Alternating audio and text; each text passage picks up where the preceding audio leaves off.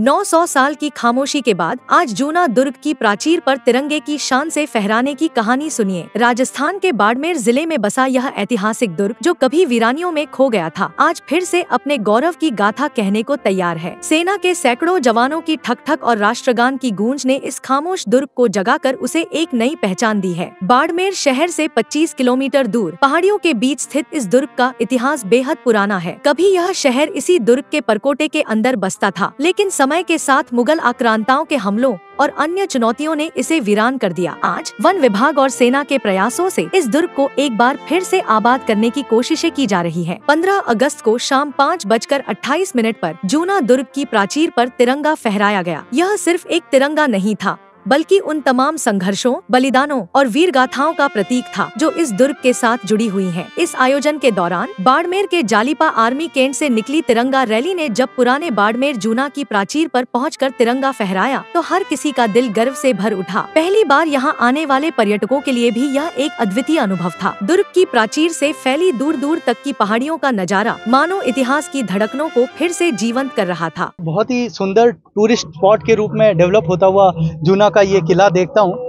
मैं देखता हूँ कि आने वाले वक्त में शायद सरकार यहाँ पे टूरिज्म से मैं ये भी अनुरोध करूँगा कि यहाँ भी लाइट एंड साउंड शो भी शुरू किया जाए। यहाँ पे ट्रैकिंग के लिए अलग से ट्रैक बन जाए। यहाँ पे जैसे रोप क्लाइंबिंग और होती है वो सब चीज़ें भी की जाए। बेसिकली एडवेंचर टूरिज्म का ये बहुत अच्छा स्पॉट बन सकता है। सेना की बहुत बड़ी सौगात है। सेना की बहुत बड़ी सौगात, क्योंकि यदि सेना ये अपने हाथ में नहीं लेती तो मुझे लगता है ये काम करने में हमें बहुत परेशानी होती, क्योंकि सेना एडमेंट हो गई कि नहीं, हम तिरंगा जो है वो उसी जगह लहराएंगे जहां पुराने बाड़मेर को बाड़मेर के वासी छोड़ के आए हैं।